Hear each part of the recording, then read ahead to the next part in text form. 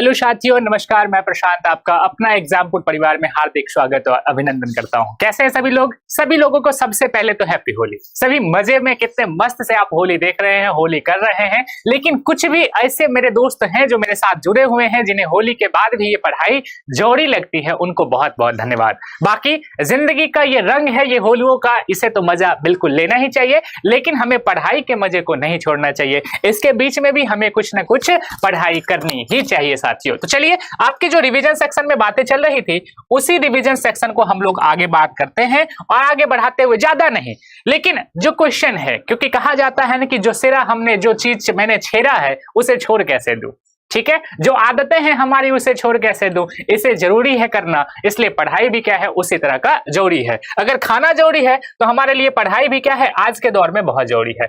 चलिए साथियों, सबसे पहले हम क्वेश्चन लेते हैं और रिवीजन सेक्शन का सबसे पहला प्रश्न ये रहा और ये स्क्रीन पे रहा आपका पहला प्रश्न। और इस प्रश्न को देखते हुए हमें आपको क्या करना है, आंसर बताने हैं। क्या कहता है प्रश्न, पहले समझिए और फिर आंसर दीजिएगा। देखो दोस्तों, आंसर कहते हैं, पहले तो सभी लोगों को बहुत अच्छा गुड इवनिंग, गुड इवनिंग। बहुत सारे बच्चे आ चुके हैं, गुड इवनिंग सभी लोगों को, नमस्कार। विद्युत शक्ति की इकाई, बस विद्युत शक्ति की इकाई क्या है? बहुत अच्छा। मतलब क्या, आपसे पूछा कि भैया यहाँ पावर की बात कहा गया है, पावर का क्या होता है। अगर हम लोग बात कर ले कि सर पावर का क्या होना चाहिए, बताइए क्या होगा, तो आपको पता है सिंपल सी बात अगर हम करते हैं, क्या कहते हैं कि सर पावर जो होता है ना, पावर यानी कि हम लोग जो शक्ति कहते हैं, क्या कहते हैं, शक्ति जो कहते हैं, वो शक्ति का पहला तो आपको क्या होना चाहिए, बेसिक फॉर्मूला आना चाहिए। क्या आना चाहिए? बेसिक फॉर्मूला आना चाहिए। अगर आपके पास बेसिक फॉर्मूला आ रहा है तो कोई समस्या ही नहीं है, किसी को किसी प्रकार की समस्या नहीं होना चाहिए। और फिर हम लोग एक एक बातों पर डिपेंड बात करेंगे। अगर हम कहते हैं सर एम्पियर, तो एम्पियर से क्या मापा जाता है? तो सर आप कहेंगे क्या कि सर ये तो करंट की बात है, मतलब ये विद्युत धारा को मेजर करती है। किसको मेजर करती है? विद्युत धारा को। ऑप्शन से भी, फिर इस पे भी हम लोग बात करेंगे। सर वोल्ट की बात करते हैं तो ये विभवांतर को या विभव को, मतलब पोटेंशियल या पोटेंशियल डिफरेंस को क्या करती है, मेजर करने का ये एक मात्रक है। विभवांतर बोल देते हैं, या क्या होगा, विभव होगा, या विभवांतर को जो हम लोग मेजर करते हैं वो क्या होता है, विभवांतर। ये क्या होते हैं, तो ये हमारे हो जाते हैं वोल्ट। कूलाम क्या होता है? तो सर ये आवेश का, चार्ज का मात्रक होता है। किसका होता है? तो चार्ज का। ये क्या होता है मेरे भाई, तो याद रखना कि आवेश का ये एक मात्रक होता है। यहां तक चीजें क्लियर है। बची क्या, तो वाट। वाट का क्या है, यही तो शक्ति को मेजर करती है। क्या करती है? तो ये शक्ति का ही मात्रक है। तो आंसर तो आपका डी हो जाएगा। लेकिन सर कैसे निकला? तो शक्ति का होता है कार्य बटे समय। अगर शक्ति की बात करेंगे तो मेरे दोस्तों याद रखिएगा कि कार्य बटे क्या हो जाता है, समय हो जाता है। तो कार्य बटे समय, दैट मींस क्या कि वर्क अपॉन टाइम बोलते हैं। क्या बोलते हैं? वर्क अपॉन टाइम की बात कही जाती है। और इस आधार पर हम अगर इस बात को देखें तो इसका क्या होता है, आपका वाट होता है। या कार्य को क्या हो जाएगा, सर कार्य को आप जूल कहते हैं। जूल प्रति सेकंड की बात भी हम लोग कह सकते हैं। और जूल प्रति सेकंड जो होता है वही क्या कहलाता है, वही वाट कहलाता है। वही क्या कहलाता है, वाट कहलाता है। तो यहां तक चीजें क्लियर हो गई होंगी, समस्या मुझे नहीं लगता किसी को होगा। क्या अगले प्रश्न पर चले हम लोग? जी बहुत बहुत धन्यवाद। चलिए, ये रहा स्क्रीन पे आपका अगला प्रश्न। देखिए प्रश्न बहुत ही बेहतरीन है। ऐसे प्रश्न सदाबहार प्रश्न, इस तरह से प्रश्न आपको देखने को जरूर मिलते हैं। प्रश्न क्या कह रहा है? प्रश्न कह रहा है कि प्रकाश वर्ष इकाई है। बहुत अच्छा। दूरी की है, आयु की है, समय की है, या प्रकाश की तीव्रता की है। लेकिन यहाँ पे कोई भी चीजें तो ऐसा नहीं है। पहला चीज अगर हम आपको एक बार थोड़ा और बताते हैं कि भैया प्रकाश वर्ष होता क्या है ना, तो प्रकाश वर्ष एक यूनिट होता है कि एक इकाई होता है। किस चीज का यूनिट होता है? तो इसका सिंपल सा याद रखना कि लाइट की जो मिनिमम स्पीड होती है, पहले तो प्रकाश की जो स्पीड होती है, अगर हम बात कर ले स्पीड ऑफ लाइट की, स्पीड ऑफ लाइट की हम लोग बात कर लेते हैं, पूछा जाता है। और निर्वात की बात कर रहे हैं, निर्वात में होती है 3 × 10⁸ मीटर पर सेकेंड। कितना होती है? 3 × 10⁸ मीटर पर सेकेंड होती है। ये बात क्लियर है। तो इतने स्पीड से मतलब क्या कि एक सेकेंड में इतना लाइट चलती है, तो एक वर्ष तक इतने स्पीड से लाइट जितनी दूरी तय करती है ना, एक वर्ष तक इतने स्पीड से लाइट जितनी दूरी तय करती है उसको ही प्रकाश वर्ष बोलते हैं। जो कितनी दूरी होती है, 9.46 × 10⁻12 किलोमीटर में। अगर यहीं लेके चलेंगे तो ऊपर में 15 मीटर में हो जाएगा। ठीक है, दोनों चीजों को याद रखिएगा। तो एक आधार पर क्या निकला कि इसके आधार पे हम कह सकते हैं कि सर ये एक प्रकार से डिस्टेंस को मेजर कर दी है। किसको मेजर कर रही है? डिस्टेंस को, कि प्रकाश के द्वारा एक वर्ष में तय की गई कुल दूरी, प्रकाश के द्वारा एक वर्ष में तय की गई कुल दूरी को ही हम लोग क्या कहते हैं? एक प्रकाश वर्ष कहते हैं, जो किसके बराबर होता है? तो जो दूरी का एक मात्रक है। किसका मात्रक है मेरे भाई? तो सर दूरी का मात्रक है, ये बात याद रखिएगा। आयु एज वगैरह का नहीं है, समय के लिए सेकंड वगैरह, ज्योति तीव्रता प्रकाश वगैरह का क्या करते हैं? कैंडला बोलते हैं। तीव्रता आ जाती है, ठीक है, उसको कैंडला बोलते हैं। इसे आप यूज कर सकते हैं कि सर क्या होता है, तो आप कह सकते हैं सर कैंडला होता है। क्या होता है? कैंडला, जिसको ज्योति तीव्रता बोलते हैं, इसके सीडी बोलते हैं, उससे मेजर किया जाता है। ठीक है, यहां तक समस्या किसी को नहीं होना चाहिए। ठीक है दोस्तों, चलिए अगले प्रश्न पर चलते हैं हम लोग। ये रहा आपका अगला प्रश्न। प्रश्न बहुत अच्छे हैं और इस तरह के प्रश्न देखने को मिल सकते हैं। 1 नैनोमीटर बराबर होता है। देखिए इस तरह के प्रश्न भी आपको बहुत देखने को मिलेगा। क्या पूछा कि 1 नैनोमीटर किसके बराबर होता है? यह प्रश्न आपसे पूछ दिया गया। देखिए नैनोमीटर, एक तो सबसे पहली चीज तो यह जितनी भी है ना, तो ये जो नैनोमीटर है इसमें यह सूक्ष्मतम, क्या चीज? सूक्ष्मतम कह दीजिए, सूक्ष्मतम दूरी का मात्रक है। दूरी है, ठीक है, दूरी को दर्शाता है। ये जितने भी आपको ऑप्शन में हैं वो सूक्ष्मतम दूरी को क्या कर रहा है? दर्शाता है। सूक्ष्मतम सबसे छोटे छोटे दूरियों को दर्शाता है। अगर हम लोग यहाँ बात कर ले, ठीक है, तो यहाँ पे 10⁻⁻10 मीटर है ना, ये एंगस्ट्रम हो जाता है। क्या हो जाता है? इसको हम एंगस्ट्रम बोलते हैं, एंगस्ट्रम बोलते हैं। यानी कि एक एंगस्ट्रम की वैल्यू कितनी हो जाती है? 10⁻⁻10 मीटर हो जाती है। उसके बाद अगर बात करते हैं सर 10⁻⁻6 जो है, इसको माइक्रोमीटर बोलते हैं। क्या बोलते हैं? माइक्रो कहते हैं, मीटर बोलते हैं। इसको माइक्रोमीटर बात बोला जाता है। यानी कि एक माइक्रोमीटर की जो वैल्यू होती है वो होती है 10⁻6 मीटर। अगर एक एंगस्ट्रम की बात करेंगे तो 10⁻10 मीटर। ठीक है, यहां ध्यान रखना है। ठीक है, अगर इसमें बात कर रहे हैं, अब देखो 10⁻�9 यही इसका आंसर होता है, जो क्या होता है? नैनोमीटर होता है। क्या होता है? नैनोमीटर होता है। हालांकि एक बात याद रखिएगा, एंगस्ट्रम का प्रयोग किसमें प्रयोग किया जाता है? तो आपको बहुत बार एग्जाम में मिलेगा कि तरंगदैर्घ्य को मेजर करने के लिए किसका प्रयोग किया जाता है? तरंगदैर्घ्य कहने का मतलब क्या हुआ?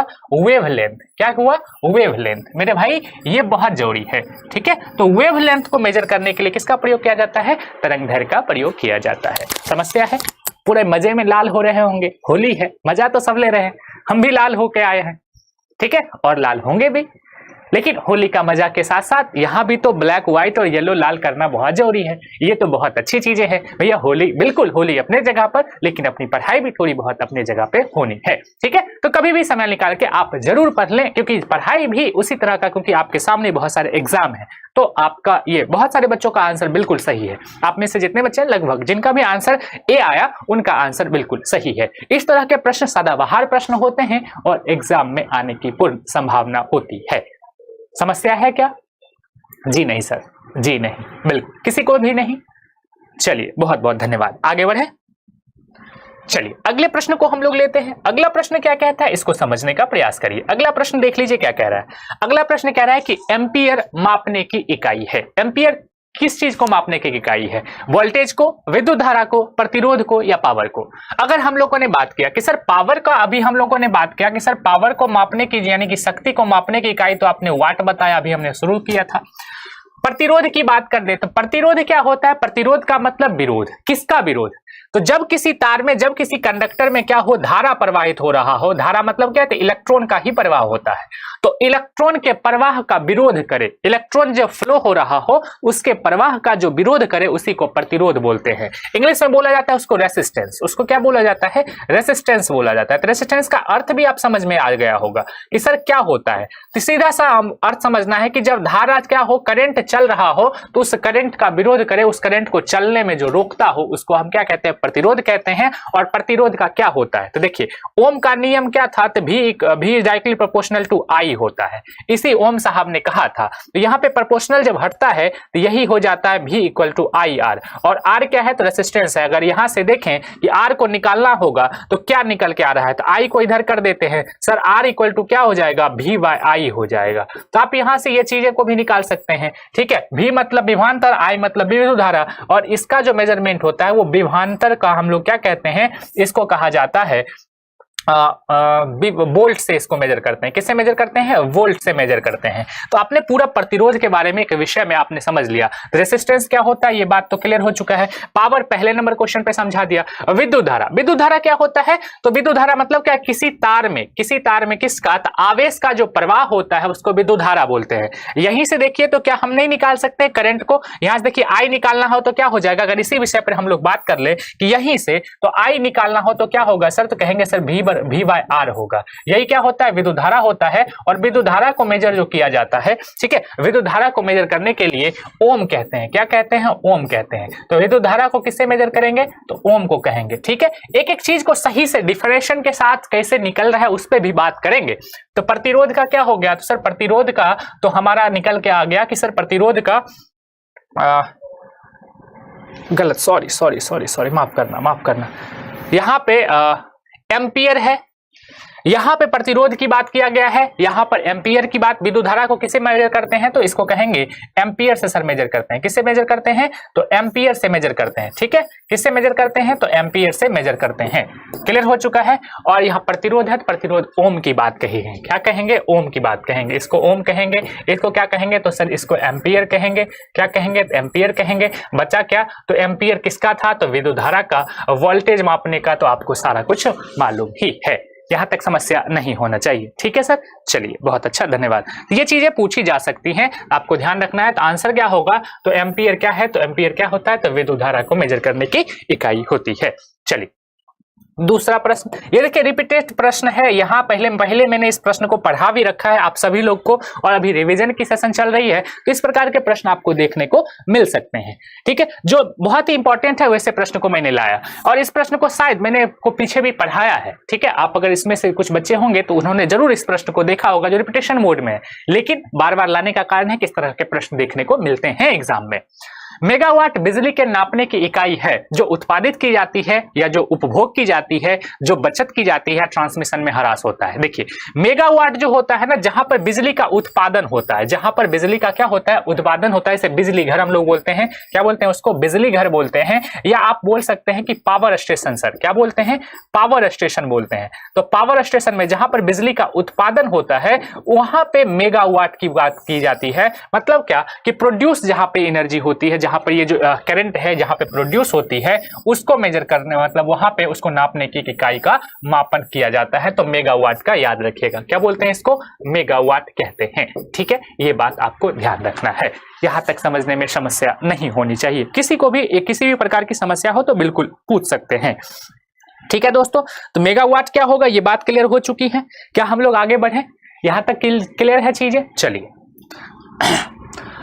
देखिए अगली प्रश्न क्या कह रहा है, इस प्रश्न पे हम लोग बात करेंगे कि सर अगला प्रश्न क्या कह रहा है, इस पर हम लोग बात करते हैं। अगला प्रश्न कहता है कि भौतिक राशियां हैं, दूसरे में इकाई है, आपको इसका मिलान करना है। इकाई मतलब क्या कि आपको एसआई यूनिट के तौर पे इधर दिया गया है और एक में दिया गया है फिजिकल क्वांटिटी। ठीक है, भौतिक राशियां।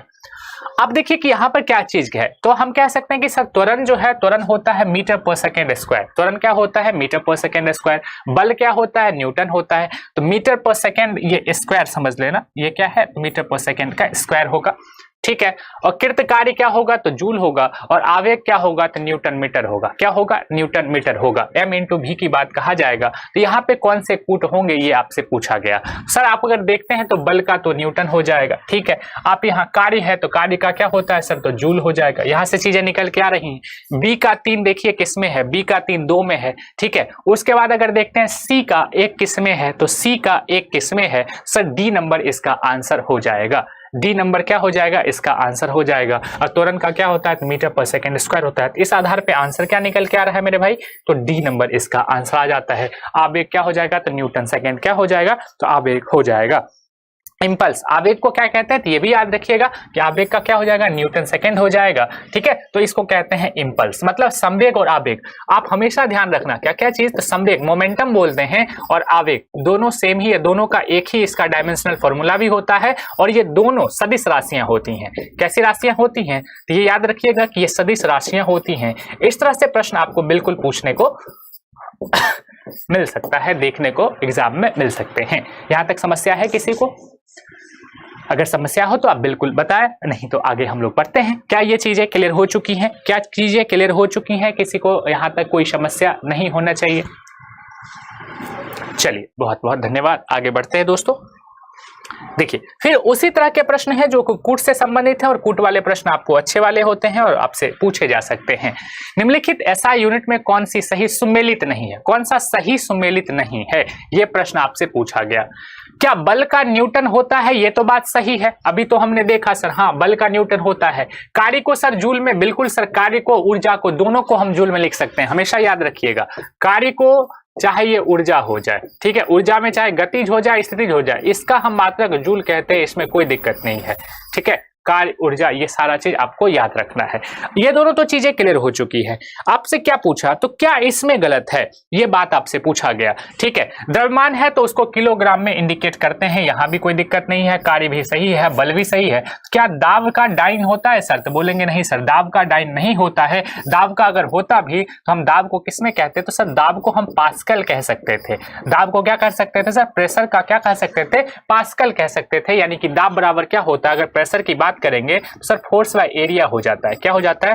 फोर्स बाय एरिया हो जाता है। इसे हम न्यूटन मीटर स्क्वायर कह सकते थे, या इसी को हम पास्कल की बात कहते थे, ठीक है। यहां पे अगर पूछा जाए कि सर ये डाइन क्या है, सर ये डाइन क्या है, तो याद रखिएगा कि ये जो डाइन होता है ये सीजीएस यूनिट है। क्या है? सीजीएस यूनिट है। क्या है? सीजीएस यूनिट है। किसकी सीजीएस यूनिट है? तो याद रखना कि ये जैसे कि न्यूटन बोलते हो, तो न्यूटन का ही मान सीजीएस में क्या कहलाया? डाइन कहलाया, या एक प्रकार से बल को जो मेजर करते हैं, तो बल का एसआई यूनिट आपका न्यूटन हुआ, और बल का जो सीजीएस यूनिट है वो आपका डाइन कहलाता है।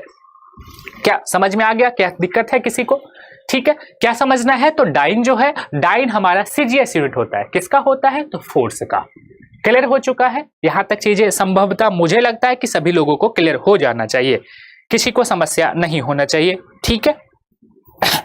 चलिए जी सर, बहुत अच्छे से मजे ले रहे हैं होली का, ठीक है, लेकिन आराम से, ध्यान से। लेकिन ध्यान रखना किस चीज का? जैसे कि आप बोलते हैं ना कि अबीर या रंगों को लेके जाते हैं, तो उसमें बहुत सारे क्या होते हैं? हानिकारक पदार्थ भी मिले होते हैं।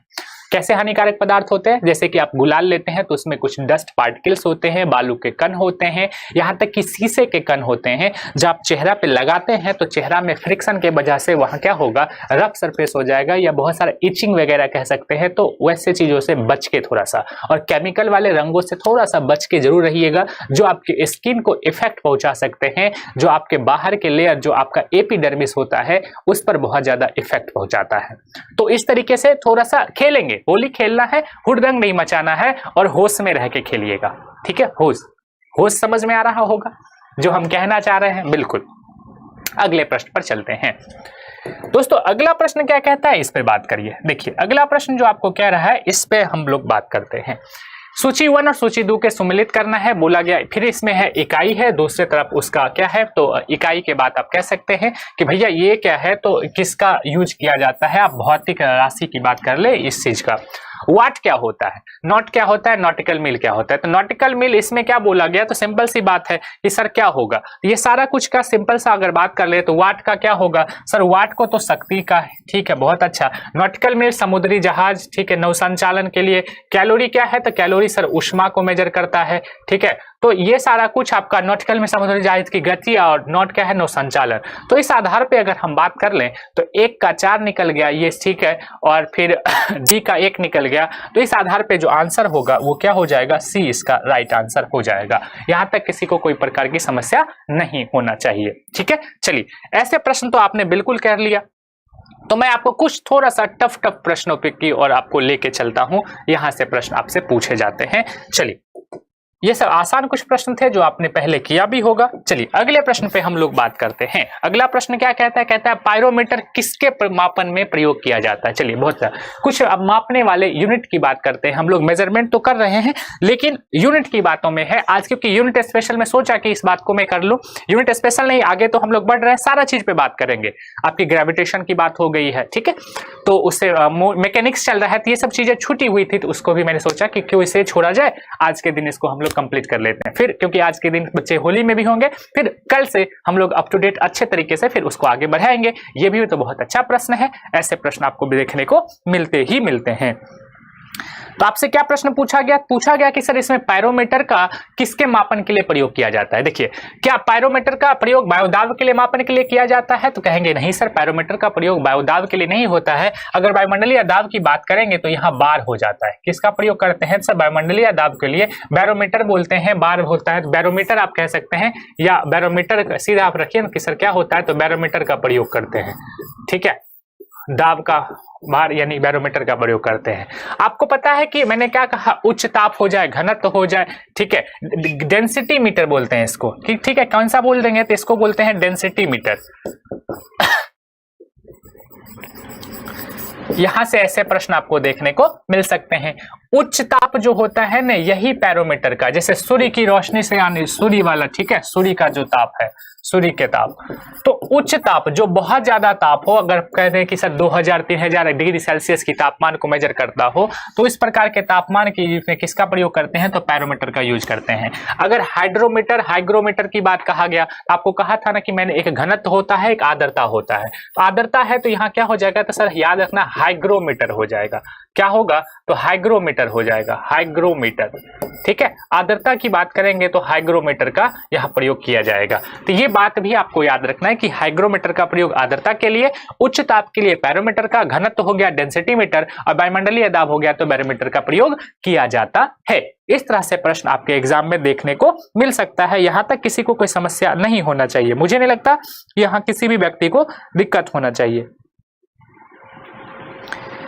क्या आगे बढ़े हम लोग, क्या यहां तक किसी को समस्या है, कोई दिक्कत है क्या?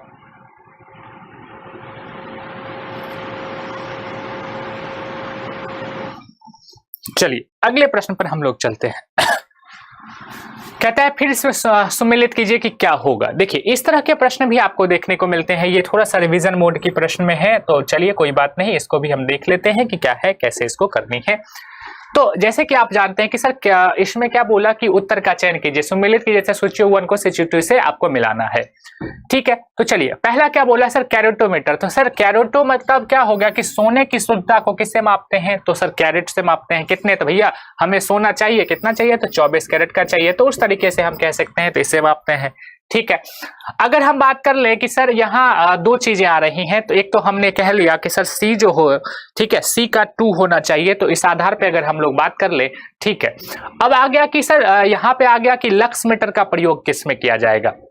क्या लक्स मीटर का प्रयोग रक्तचाप को मापने के लिए किया जाएगा, कहेंगे नहीं सर, ऐसा भी तो नहीं हो सकता है। ठीक है, तो स्टेथोस्कोप आ गया आपका, फिर स्फेग्नोमेनोमीटर आ गया, लक्स मीटर आ गया, बताए क्या होगा इसमें। ठीक है, स्टेथोस्कोप क्या होगा और स्फेग्नोमेनोमीटर क्या होगा। तो एक हो जाता है सर हमारा हृदय की गति के लिए, स्टेथोस्कोप की बात कर देंगे, और एक स्फेग्नोमेनोमीटर आ जाता है। तो दोनों को इस तरीके से हम लोग को करना है। जल्दी से आंसर बताएं क्या होगा, जल्दी से आप लोग आंसर बताएं कि क्या होना चाहिए इसमें। ठीक है, जल्दी से बताएं क्या होगा। यहां तक चीजें क्लियर हो चुकी हैं सबको, किसी को कोई समस्या हो, इसका आंसर बताएं क्या होगा, जल्दी बताएं। ये सब चीजों तो आपको आना चाहिए और आपको बताना चाहिए, इसमें एकदम कुछ है ही नहीं, इसमें इस तरह के प्रश्न में कुछ तो है ही नहीं, तो फिर क्या दिक्कत हो जा रही है। देखिए मैंने सिंपल सा एक आपको बता दिया। स्टेथोस्कोप क्या हो रहा है, तो स्टेथोस्कोप तो आपका हृदय की धड़कन हो रहा है, आप सीधा ऐसे भी कह सकते थे। मैं कमेंट देख रहा हूँ किसी का नहीं आ पा रहा है। स्फेग्नोमेनोमीटर जो होता है रक्त का हो जाता है, लक्स मीटर की बात करेंगे तो प्रकाश की तीव्रता हो जाता है। इस आधार पे हम मिला लेते हैं, तो जिसका ये आंसर मिलेगा उस आधार पे हम लोग बात कर लेंगे। ठीक है, यहाँ पे एक चीज गलती हो चुकी है, ये ऑप्शन में थोड़ा सा 3 2 2 4 दे दिया गया है, 1 की बात नहीं कहा गया है। हालांकि इसका आंसर तो हम लोग अब यहाँ से देख सकते हैं क्या होगा। ए का क्या होना चाहिए सर, तो आपका हो गया ए का होना चाहिए सर 3। ठीक है, बी की बात करेंगे सर, बी का होना चाहिए था 4, सी का होना चाहिए था 3, ए का 3 हो गया ना। ठीक है, सी का होना चाहिए था 2 और डी का होना चाहिए था 1। 3 4 2 1 होगा इसका आंसर। 3 4 2 1 के आधार पर इसका आंसर हम लोग को बना लेना था। ठीक है, 3 4 2 1 जिसमें होगा उस आधार पर इसका आंसर हो जाएगा। चलिए अब अगला प्रश्न आपका फिर से आया। अगला प्रश्न क्या बोला कि रक्त दाब मापने का यंत्र कौन सा है। तो रक्त दाब मापने का देखिए बैरोमीटर तो अभी हम लोगों ने बात किया था सर, ये वायुदाब हो जाता है तो होगा नहीं। ठीक है, टैकोमीटर क्या होता है, टैक्योमीटर क्या हो जाता है, तो गति वगैरह ये सब चीजें हम चलेंगे तो उसमें बात करेंगे। ठीक है, तो आपका सीधा सा आंसर क्या बन जाता है सर, स्फेगमेनोमीटर जो होता है, अभी हम लोगों ने तुरंत पढ़ा कि सर किसमें, तभी इसी आधार पे हमने पढ़ा कि रक्तदाब है क्या चीज, तो रक्तचाप वही रक्तदाब हो गया, तो sphygmomanometer is the right answer of this question. क्या यहां तक समस्या है किसी को? नहीं होना चाहिए। ठीक है, यहां तक तो नहीं होना चाहिए। ये सब आपके बहुत ही इंपॉर्टेंट हैं और ऐसे प्रश्न आपके एग्जाम में देखने को मिल सकते हैं। चलिए अब यहां पे चलते हैं, थोड़ा सा इस प्रश्न को देखते हैं, पढ़ते हैं, फिर समझते हैं, फिर बात कर देंगे। बोला साधारण यंत्र किसी व्यक्ति की सहायता करता है। कैसे सहायता करता है? साधारण यंत्र जो होता है किसी व्यक्ति की सहायता कैसे करता है?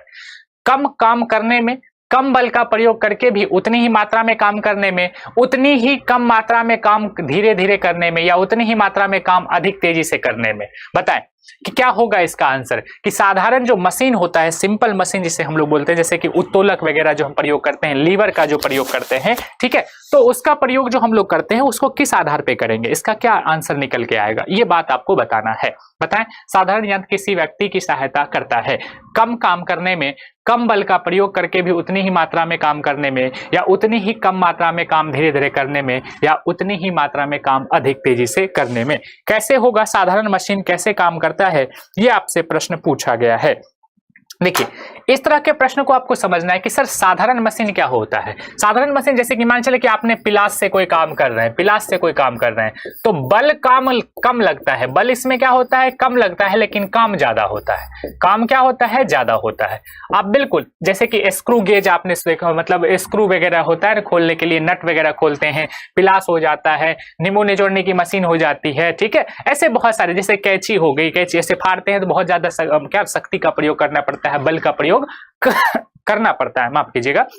तो इस आधार पे हम कहेंगे कि कम बल का प्रयोग करके और उतना ही मात्रा में काम करने की जो क्षमता है, बल क्या लगेगा, कम लगेगा, बल क्या लगेगा, कम लगेगा। तो कम बल का प्रयोग, हमेशा बल कैसा होगा, तो बल क्या होगा, तो बल उसका कम होगा, बल क्या होगा, तो बल उसका फोर्स लेस होगा, पर वर्क क्या होगा, उतनी ही मात्रा में अच्छे तरीके से, और कहीं ना कहीं उससे ज्यादा, क्या चीज है, तो कहीं ना कहीं उससे ज्यादा मात्रा में दोस्तों। ठीक है, ये बात आपको ध्यान रखना चाहिए था। ठीक है, तो इसका आंसर क्या हो जाएगा, तो इसका आंसर बी हो जाएगा। चलिए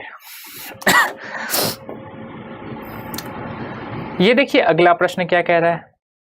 ये प्रश्न भी रिपीटेड है और इसको मैंने एग्जाम में पूछा, मतलब आप पिछले क्लास में मैंने पूछा भी है।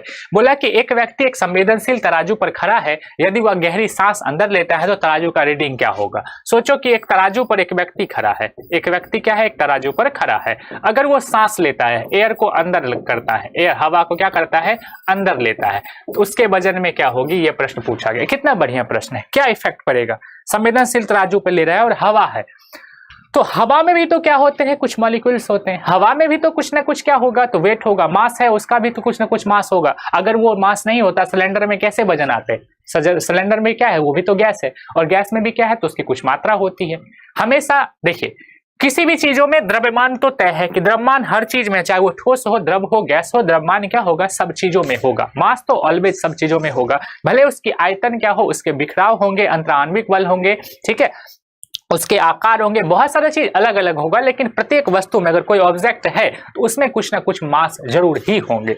तो जब हवा को अंदर लेंगे तो हमारा क्या होगा, तो हवा का पार्टिकल्स है, ठीक है, अंदर आ रहा है, तो उसका रीडिंग क्या होना चाहिए, बढ़ेगा, घटेगा, रीडिंग पर कोई प्रभाव नहीं पड़ेगा, वह बढ़ेगी या घटेगी या वायुमंडलीय दबाव पर निर्भर करेगा, ऐसा कुछ भी नहीं होगा। रीडिंग पर कोई प्रभाव नहीं है, घटने का सेंस नहीं हो सकता, क्योंकि कोई चीज हम अंदर ले रहे हैं, द्रव्यमान को हम अंदर कर रहे हैं, तो उसका क्या आंसर होगा, तो विल इंक्रीज। ठीक है, एक पर्सन अगर जब लेता है तो क्या होगा, द्रव्यमान पर क्या इफेक्ट पड़ेंगे, तो इंक्रीज करेंगे। Person is standing on a sensitive scale, if the takes a deep breath in the reading the scale, that it will be क्या होगा, इंक्रीज करेगा। क्या होना चाहिए, इंक्रीज करेगा। यहां तक समस्या है किसी को, क्या समस्या है किसी को, बताएं।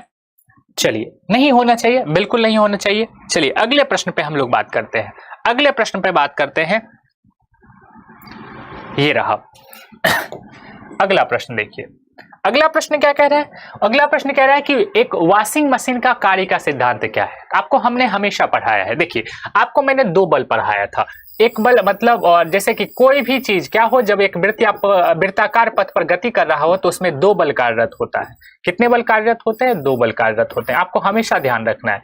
एक बल जो कार्यरत होता है दोस्तों, उसको कहते हैं जो अंदर की तरफ लगता हो, ठीक है। जो बाहर से एक बल अंदर की तरफ, यानी कि ये सेंटर है, सेंटर की तरफ लग रहा हो, केंद्र की तरफ लग रहा हो, तो इस प्रकार के बल को कहते हैं अभिकेंद्रीय बल। क्या कहते हैं? अभिकेंद्रीय बल। ठीक है साथियों। लेकिन अगर यहीं पे दूसरी बात करेंगे कि अगर बल हमारा क्या हो, इसके अपोजिट लग रहा हो, यहीं पे चीजों को देखिए। अगर बल क्या हो, इधर से क्या हो, बाहर की ओर लग रहा हो, बल किधर काम कर रहा हो, अगर अंदर से बल किधर, बाहर की तरफ काम कर रहा हो, तो उस बल को कहते हैं अपकेंद्रीय बल। क्या कहते हैं? अपकेंद्रीय बल। लेकिन पथ कैसा होना चाहिए? तो ऑलवेज याद रखिएगा। और ये दोनों जो बल होते हैं ना, ये एक दूसरे के क्रिया और प्रतिक्रिया के बल होते हैं। क्रिया और प्रतिक्रिया का मतलब क्या? न्यूटन का जो थर्ड लॉ है, क्या कौन थर्ड लॉ है? तो आप सबको मालूम होगा सर, उसको एक्शन रिएक्शन का फोर्स कहते हैं। क्या कहते हैं? क्रिया प्रतिक्रिया का बल बोलते हैं। मतलब क्या? जितना बल इधर से लगाया जा रहा है अंदर की तरफ, उतना ही बल बाहर की तरफ एक्सर्ट करेगा, प्रोड्यूस करेगा। यहां तक चीजें क्लियर हो चुकी हैं।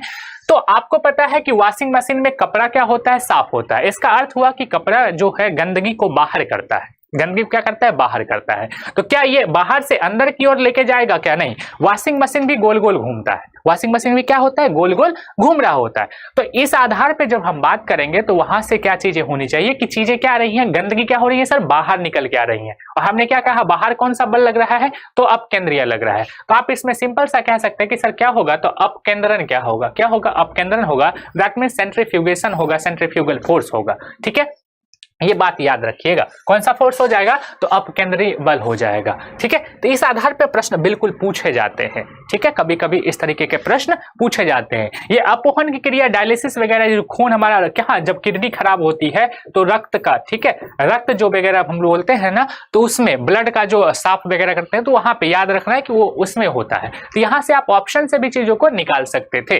ठीक है, कोई दिक्कत नहीं है। आगे बढ़े क्या? यहां तक चीजें समझ में आ गई होगी? बिल्कुल, मुझे लगता है समझ में आ गई होगी। समस्या नहीं होना चाहिए। चलिए, अगली प्रश्न फिर उसी आधार पे है। दूसरी प्रश्न, इसका आंसर तो बिल्कुल आपको बताना चाहिए। जैसे कि यह प्रक्षालन मशीन का अर्थ हो गया वॉशिंग मशीन। प्रक्षालन मशीन का मतलब समझ लेना, जो कपड़ा को साफ करती है। मतलब क्या? वॉशिंग मशीन की बात कही गई है। क्या कही गई है? तो वॉशिंग मशीन की बात कही गई है। किस कार्य प्रणाली पे? तो अभी हमने जस्ट पढ़ा, बस उसका नाम बदल दिया है। ठीक है, आपको सीधा सा इसका आंसर क्या होगा? वॉशिंग मशीन हो जाएगा। ठीक है, working principle of washing machine, तो centrifugation is the right answer. ये तो सेम ही प्रश्न थे। अगले प्रश्न पे हम लोग बात करते हैं। ये आसान से प्रश्नों पे बात नहीं करनी, कुछ अच्छे अच्छे प्रश्नों पे। हाँ, ये बताएं, ये प्रश्न पूछने लायक है। देखिए क्या कहा गया कि निम्नलिखित में से किसने न्यूटन से पूर्व ही बता दिया था कि सभी वस्तुएं पृथ्वी की ओर गुरुत्वाकर्षित होती हैं। बहुत अच्छा। और इस व्यक्ति को क्या कहा जाता है? भारत का न्यूटन भी कहा जाता है। ठीक है, और ये बहुत ही मतलब बहुत हम कह सकते हैं कि हमारे प्राचीन भारत का ये एक तरह से न्यूटन है। न्यूटन से पहले ही इन्होंने इसके विषय में बात कर दिया था कि भैया पृथ्वी क्या होती है? गुरुत्वाकर्षित होती है। पृथ्वी पर कोई वस्तु क्या होता है? गुरुत्वाकर्षण का काम करती है। कौन कहा था इन्होंने? आर्यभट्ट कहा था, वारामिहिर कहा था, बुद्धगुप्त कहे थे या ब्रह्मगुप्त कहे थे? किसने ऐसा कहा था? ये प्रश्न आपसे पूछा गया है। किसने बता दिया था कि ऐसा चीज हो सकता है? ये बात आप बताएं। ठीक है,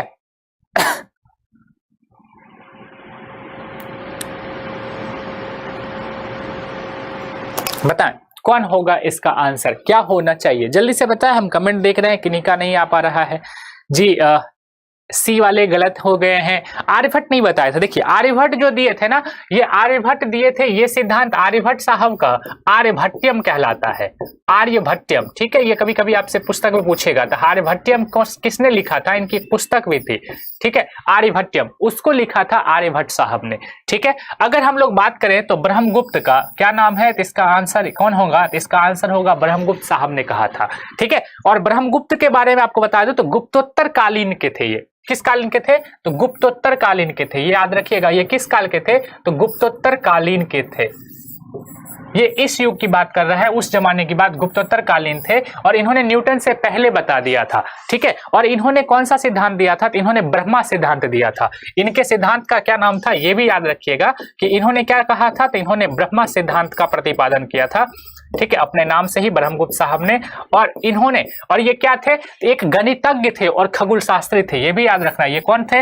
ये एक गणितज्ञ थे, कभी कभी पूछा जा सकता है क्या थे, तो ये एक गणितज्ञ थे और साथ में ये खगोल शास्त्री भी थे। क्या थे?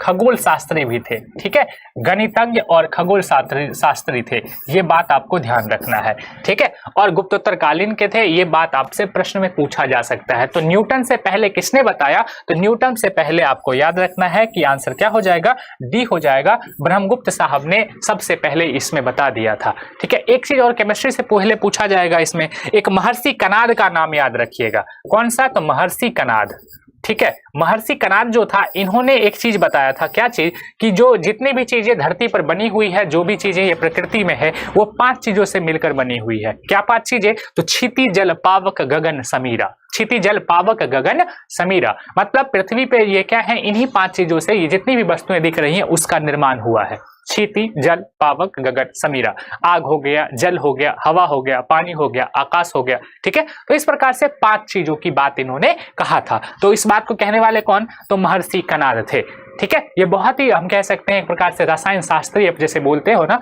उस आधार पे इन्होंने उस समय की बातों को बता दिया था, ठीक है दोस्तों। यहां तक समस्या किसी को नहीं होना चाहिए। आगे बढ़ते हैं, चलिए अगले प्रश्न पर। हाँ, ये प्रश्न बताए कि क्या है इसका आंसर, सभी लोगों को बता देना चाहिए, इतने आसान से प्रश्न है। क्या पूछा कि गुरुत्वाकर्षण का सिद्धांत किसने दिया था? चार्ल्स न्यूटन ने दिया था, चार्ल्स बेबेज ने दिया था, आइजैक न्यूटन ने दिया था, या जॉन एडम्स ने दिया था? किसने दिया था गुरुत्वाकर्षण का सिद्धांत? ये बात आपसे पूछा गया। गुरुत्वाकर्षण का सिद्धांत किसने दिया था? कितने अच्छे प्रश्न है। देखिए आपको मालूम होना चाहिए इसमें थोड़ा सा नाम का। पहला चीज तो न्यूटन साहब का पूरा नाम तो आपका चार्ल्स था ही नहीं। न्यूटन साहब का पूरा नाम, गुरुत्वाकर्षण का सिद्धांत देने वाले कौन थे? तो आइजैक न्यूटन साहब थे। कौन थे? Isaac Newton. चार्ल्स बेबेज की बात करेंगे तो कंप्यूटर से संबंधित हो जाते हैं। बेबेज साहब का अगर बात आता है तो किससे संबंधित हो जाते हैं? ठीक है, कंप्यूटर से। तो इन्होंने ही सबसे पहले किसने? तो गुरुत्वाकर्षण का। और इन्होंने एक पुस्तक लिखा था जिसका नाम क्या था?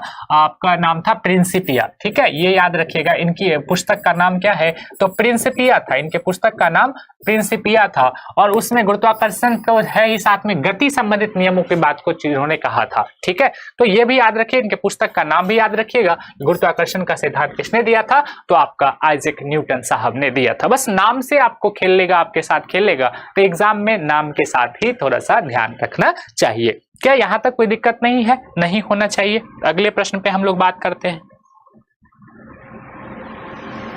चलिए अगला प्रश्न देख लीजिए, पहले पढ़िए फिर आंसर बताने का प्रयास कीजिएगा। अगले प्रश्न पे हम लोग बात करते हैं।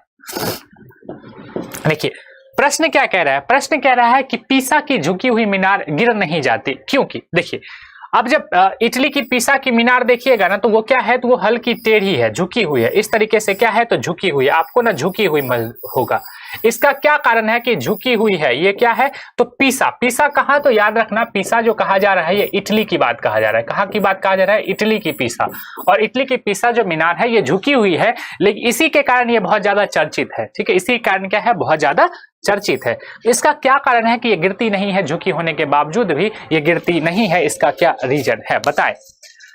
वह शीर्ष भाग में पतली हो गई है, इस वजह से वह बड़े तल क्षेत्रफल को आच्छादित करती है, इसलिए यह गुरुत्वाकर्षण केंद्र निम्नतम स्थिति में रहता है, या गुरुत्व केंद्र से जाने वाली ऊर्ध्वाधर लाइन रेखा तल के अंदर रहती है, इस वजह से ऐसा कहा जा रहा है। बताएं क्या होगा? जल्दी से बताएं क्या होगा दोस्तों इसका आंसर। देखिए कुछ लोग बता रहे हैं सर बी होगा। बी नहीं होगा। देखिए ऐसा नहीं है कि तल पर बहुत ज्यादा क्षेत्रफल आच्छादित है, तो ऐसा नहीं होगा। देखिए मैंने हमेशा कहा है कि किसी भी वस्तु का समस्त भार क्या होता है? उसके एक बिंदु पर कार्य करता है। अगर उस बिंदु पर आपने क्या कर लिया, अगर उस बिंदु को आपने पहचान लिया, तो किसी भी चीज को आराम से संतुलित किया जा सकता है। यही पेन है, यही पेन की बात कर ले, इस पेन को हम ऐसे रखेंगे, ठीक है, यहाँ पे अगर पकड़ के रखेंगे तो ठीक है, तो ये क्या होगा, गिर जाएगा। लेकिन यही बीच पे रखते हैं तो ये पेन क्या होता है, ये हमारे हाथों पर रुका हुआ रह जाता है। इसके बीच में पकड़ते हैं तो हाथ के संतुलन में आ जाता है। इसका क्या मतलब हुआ कि भैया इस पूरे पेन का कहीं ना कहीं क्या होता है, गुरुत्वाकर्षण का एक केंद्र है और पूरा मास एक पॉइंट पर काम करता है। ठीक है, किसी वस्तु का जो भार होता है ना, वो क्या होता है, गुरुत्व केंद्र से गुजरने वाली उस बिंदु पर कार्य करती है। ठीक है, अगर तो इसका क्या कारण है, इसका कारण होगा कि जो गुरुत्व केंद्र से जाने वाली ऊर्ध्वाधर लाइन है, जो रेखा है, वो उसके तल से होकर गुजरती है, इस वजह से। ठीक है, पूरा समस्त भार जो है ना उसके गुरुत्व केंद्र से होकर गुजरती है, और वो क्या है, तो वो रेखा ऊर्ध्वाधर लाइन तल के अंदर ही रहती है, तल के क्या है, अंदर ही रहती है। इस वजह से उसका वजन क्या होता है, पूरा का पूरा इक्वल और संतुलन की अवस्था में बनी हुई है, और इटली की पीसा क्या है, नहीं गिरती है। ठीक है दोस्तों, यहां तक आपको ध्यान में रखना चाहिए था। अब अगली प्रश्न पे चलते हैं।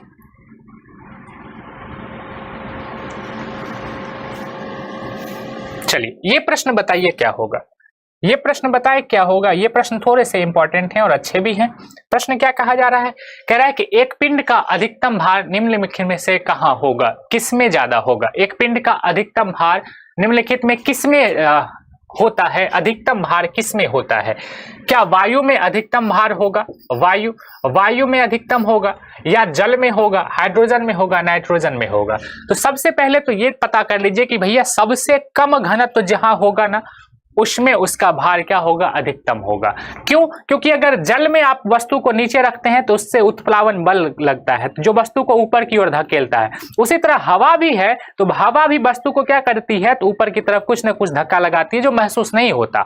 लेकिन जिसमें क्या होगा, घनत्व तो जितना होगा उतना उसमें क्या होगा, उत्प्लावन की चीजें होंगी। जितना ज्यादा घनत्व होगा उतना वस्तु को क्या करेगी, ऊपर की ओर खीर कर रही होगी। तो जल में तो नहीं होगा, ये बात तो सही है, वायु में भी नहीं होगा। बचा दो गैस की बात, कौन कौन सा, एक बचा हाइड्रोजन, दूसरा बचा नाइट्रोजन। ठीक है, तो हल्की गैस कौन सी है, तो याद रखना कि हल्की गैस की श्रेणी में अगर हम बात करते हैं तो कौन सी है, तो हाइड्रोजन है। ठीक है, हल्की गैस की श्रेणी में जो हल्का गैस होता है उसमें हाइड्रोजन है। नाइट्रोजन क्या है, तो हाइड्रोजन की अपेक्षा क्या होती है, भारी होती है। अगर भारी है तो इसमें वजन आपका क्या होगा, अधिकतम नहीं होगा। तो इस आधार पर याद रखना कि हाइड्रोजन में जो आपका वजन होगा वो सबसे अधिकतम होगा। क्यों, जहां हल्का होगा वहां आपका भार क्या होगा, अधिकतम होगा। यहां तक चीजों को क्लियर समझने में कोई दिक्कत नहीं होना चाहिए। ठीक है, चलिए, तो क्यों ऐसा क्यों होगा, तो इस प्रश्न का भी आंसर याद रखना। क्यों, क्योंकि उत्पेक्ष बल जहां क्या हो, कम हो। उत्पेक्ष बल किसे कहते हैं, जो नीचे से उसको ऊपर की ओर धक्का लगाता है। ठीक है, तो सबसे हल्का का माध्यम क्या होगा, तो विरल माध्यम में आपको हाइड्रोजन याद रखना है। ठीक है, तो ये बात आपको ध्यान रखना है, हाइड्रोजन सबसे क्या है, हल्का है। और हाइड्रोजन क्या बनाता है, इसमें देखेंगे तो हाइड्रोजन एक प्रकार से भैया हमारा विरल माध्यम बना देता है। कौन सा माध्यम बना देता है, विरल माध्यम। बाकी सब में देखेंगे वो हमारा सघन माध्यम होता है। जितना ज्यादा सघन माध्यम होगा उतना भार आपका उसमें कम होता चलेगा। जितना पानी के अंदर जाते हैं वजन कम हो जाता है ना। क्यों कम हो जाता है, तो इसका अर्थ यही समझना है, पानी का वजन कम होने का यही अर्थ समझना है, क्योंकि पानी नीचे से उत्प्रेक्ष बल लगाती है। तो जहां उत्प्रेक्ष बल कमजोर होगा वहां उसका भार अधिक होगा। तो किसमें उत्प्रेक्ष बल कमजोर होगा, तो हाइड्रोजन में क्या होगा मेरे भाई, तो उत्प्रेक्ष बल बहुत ही क्या होगा, कमजोर होगा। यहां तक समस्या नहीं होनी चाहिए किसी को भी, किसी भी प्रकार की।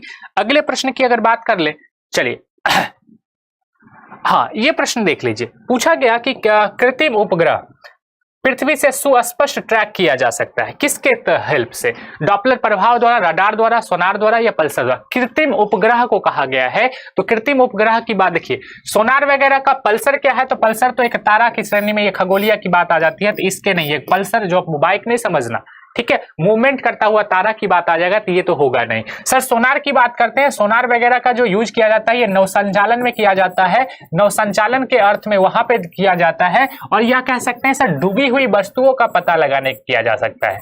क्या कहेंगे, डूबी हुई वस्तु का पता लगाने के लिए, सर्च करने के लिए किया जाता है। जो किस पे काम करता है, तो जो प्राश्रव्य तरंग पर काम करता है। किस पे काम करता है, तो याद रखना है प्राश्रव्य, जो ध्वनि तरंग हमारी होती है ना, प्राश्रव्य तरंग मतलब कौन सा, जिसकी आवृत्ति क्या होती है, 20,000 हर्ट्ज से अधिक होती है, वैसे तरंगों को प्राश्रव्य तरंग कहते हैं और उस पर आधारित होती है। और कौन से प्रोसेस पे, याद रखना कि प्रतिध्वनि क्या चीज? तो प्रतिध्वनि, इक्को, या आप इसे परावर्तन कह सकते हैं। क्या कह सकते हैं? परावर्तन। तो इस पे कार्य करती है। किस पे कार्य करती है? प्रतिध्वनि हो जाए, इक्को हो जाए, प्रासव हो जाए, किस में? तो डूबी हुई वस्तुओं का संचालन, ये सब चीजें।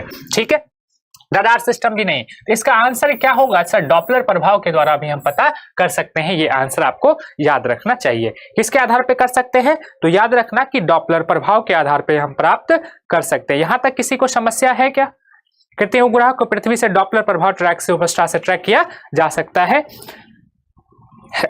ठीक है, और कैसा? तो याद रखना ट्रांसमीटर और रिसीवर की हेल्प से। कैसा? तो ये भी याद रखना है, किसके हेल्प से? तो ट्रांसमीटर और रिसीवर। ठीक है, रिसीवर के सहायता से। ठीक है, ट्रांसमीटर और रिसीवर की सहायता से हेल्प किया जा सकता है। क्या यहां तक किसी को समस्या है क्या? मुझे नहीं लगता कि यहां तक किसी को किसी भी प्रकार की समस्या होनी चाहिए। चलिए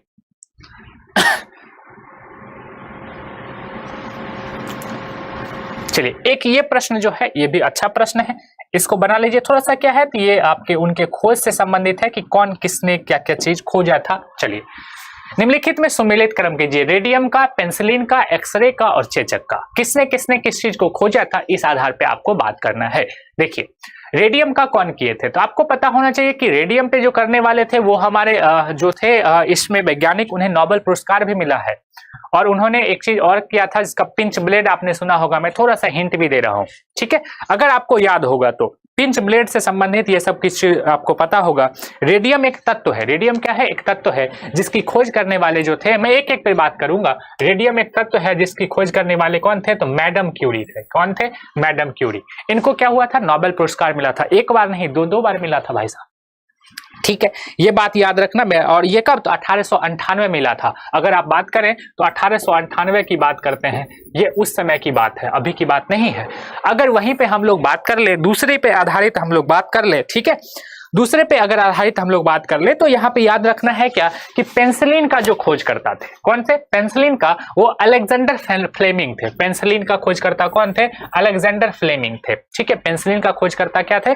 अलेक्जेंडर फ्लेमिंग थे। आपको ये बात थोड़ा सा ध्यान रखना, जो कवक वगैरह से इसको निकाले थे। ठीक है, चलिए अब अगर हम तीसरी बात कर लेते हैं कि सर एक्सरे का खोज किसने किया था, तो एक्सरे का खोज आपको पता है कि एक्सरे वगैरह क्या आपको पता ही होना चाहिए, रॉन्टजन ने किए थे। डब्ल्यू के रॉन्टजन ने एक्सरे का खोज किया था। और चेचक का खोज करने वाले व्यक्ति कौन थे? तो एडवर्ड जेनर थे। चेचक का खोज करने वाले व्यक्ति कौन थे? तो एडवर्ड जेनर थे। तो इस आधार पर अगर हम बात करें तो इसका आंसर क्या निकल के आ जाता है? 2143 is the right answer of this question. क्या यहां तक किसी को कोई समस्या है? चेचक का जो खोज 1796 के अप्रॉक्स में देखिएगा। ठीक है, 1796 के अप्रॉक्स में, ये बात थोड़ा सा ध्यान रखिएगा, कभी कभी प्रश्न आपसे पूछ लिए जाएंगे। ठीक है, तो यहां तक आपने सबने अच्छे तरीके से पढ़ा, कोई समस्या यहां तक नहीं होना चाहिए। ठीक है, पेंसिलिन की खोज अगर बात कर ले तो 1998, ये भी ध्यान रखिएगा। पेंसिलिन का कब? 1998 या 28, शायद 28 होना चाहिए, 1928 में। हाँ, बहुत अच्छा। ठीक है, 1928 में इनकी खोज किया गया था। ठीक है साथियों, बिल्कुल, हाँ जी, बहुत अच्छा। चलिए, बहुत बहुत धन्यवाद। यहाँ तक चीजों को आपने अच्छे तरीके से किया और अच्छे तरीके से, अभी होली है, अभी आप मना भी रहेंगे या अभी जाएंगे तो होली भी आप मनाएंगे, लेकिन पढ़ लिए तो बहुत अच्छी बात है। आप जाइए आराम से, अच्छे तरीके से होली मनाइए। और मेरी तरफ से भी आप सभी को, आपके परिवार को, आपके जितने भी लोग हैं उनको मेरी तरफ से होली मुबारक हो। और बहुत बहुत नमस्कार, धन्यवाद। मिलते हैं हम लोग फिर अच्छे सेशन के साथ। और कल के सेशन में सभी लोग जुड़ना मत भूलें और सेशन को लाइक शेयर जरूर कर दे। अगर आप चैनल पे नए हैं तो आप चैनल को सब्सक्राइब जरूर कर ले, जिससे ये पता चले, क्योंकि आप देख लीजिए, आप घर में होली खेल रहे हैं लेकिन आपके लिए हम यहाँ पढ़ा रहे हैं। आपकी क्लास रेगुलर चलती रहेगी, कहीं पे आपकी क्लास छूटे नहीं। इस वजह से हम इसको क्या कर रहे हैं, आपको पढ़ाने की बात कर रहे हैं। ठीक है, तो आपको जब समय मिले आप सेशन को शेयर जरूर कीजिएगा, जो बच्चों के बीच में ये जाए और उन्हें इसका फायदा मिल सके। चलिए, बहुत बहुत धन्यवाद, नमस्कार।